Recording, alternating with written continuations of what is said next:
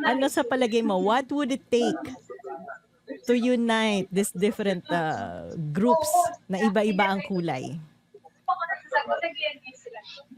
I think clamor on the ground is very Mm-mm. important.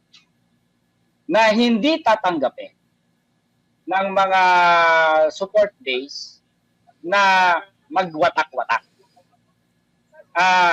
And I could actually sense that clamor on the ground.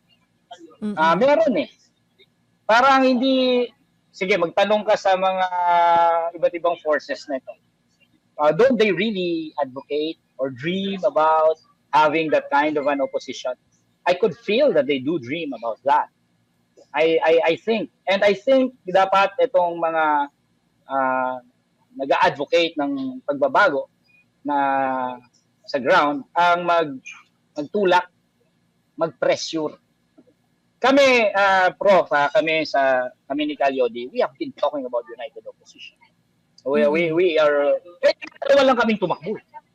Di ba? Hindi, kami lang ang tumakbo. Hindi namin sinasabing kami lang ang oposisyon. Or kami lang ang genuine. I would characterize that attitude as quite na hindi masyadong okay.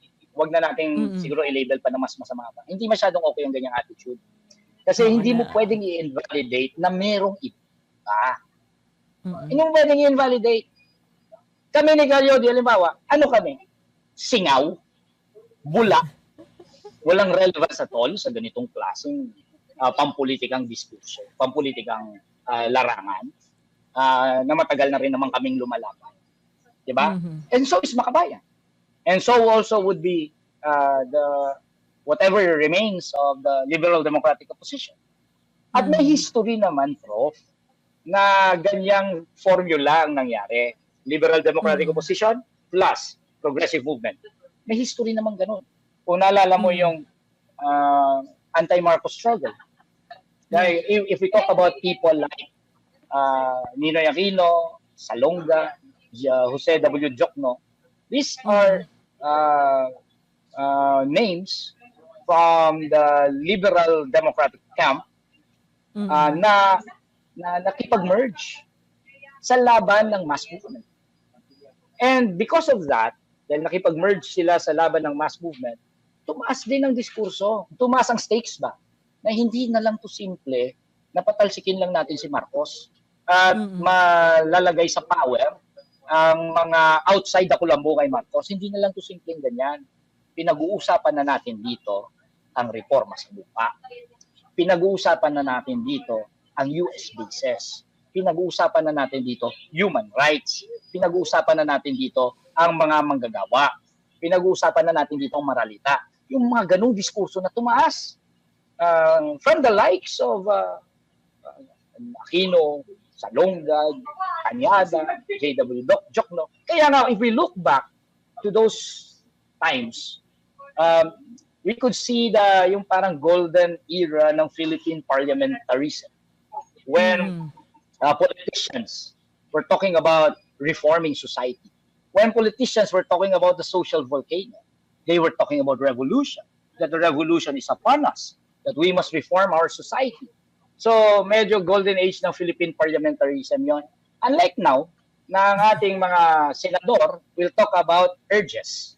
They will talk about ano bang gusto mo. Yung mga ganon. Meron ka pang senador na berdugo pero paiyak-iyak. Kaya, ang na-encourage natin na magiging miyembro ng Senado ay mga entertainer, mga artista. Like si Philip Salvador na-encourage eh. Kasi kapag ganyan lang din naman pala ang pagiging senador, overqualified ako. At hindi siya mali. Bro. Ako din overqualified ako. Pero hindi naman kayo entertainer, bro. Diba? Yun nga, hindi kasi tayo artista. Oo. Pero pwede kayo mag-artista, prof. Kasi may cast kayo. May singing. Pwede tayo maging entertainer, actually. Diba? But we do not do that. Which is not. Pagdating sa politics. Diba? Medyo tawang-tawa ako doon kasi nakita ko yung speech ni Philip Salvador. Nung, di ba yung sinasabi mong 10-minute moment after you file your candidacy, meron kang 2-minute speech. And then he mentioned na ang kanyang nag-iisang plataforma ay peace and order. Sabi ko, kung peace and order yung plataforma niya, dapat ang tinakbuhan niya barangay captain o kaya ay mayor.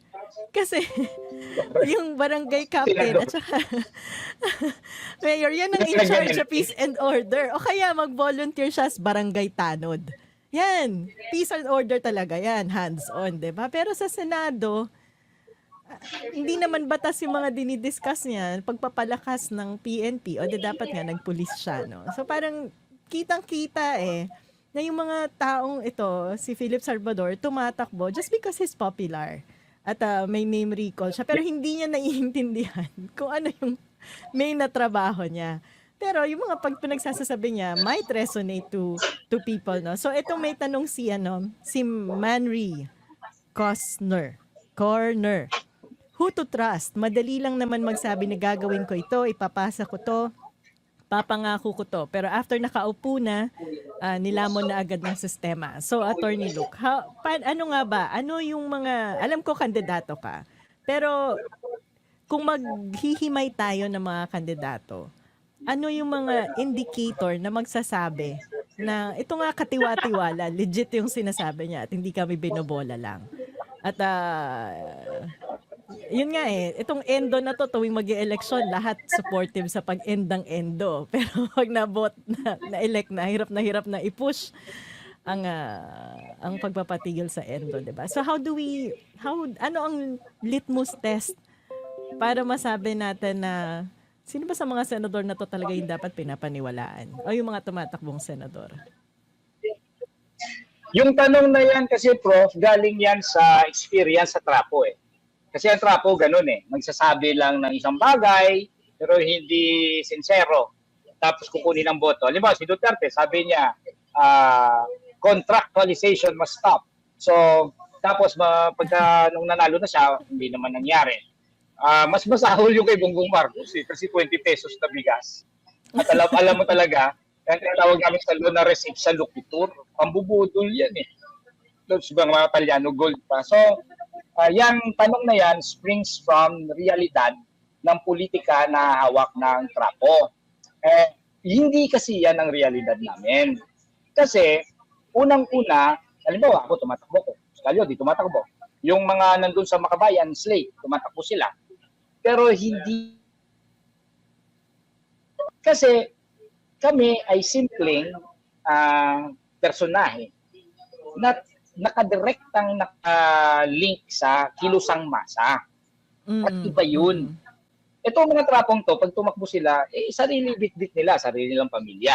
Hindi sila accountable, hindi sila miyembro ng mas malawak na movement na kilusang masa ang tinatawag. So, ibig sabihin yan,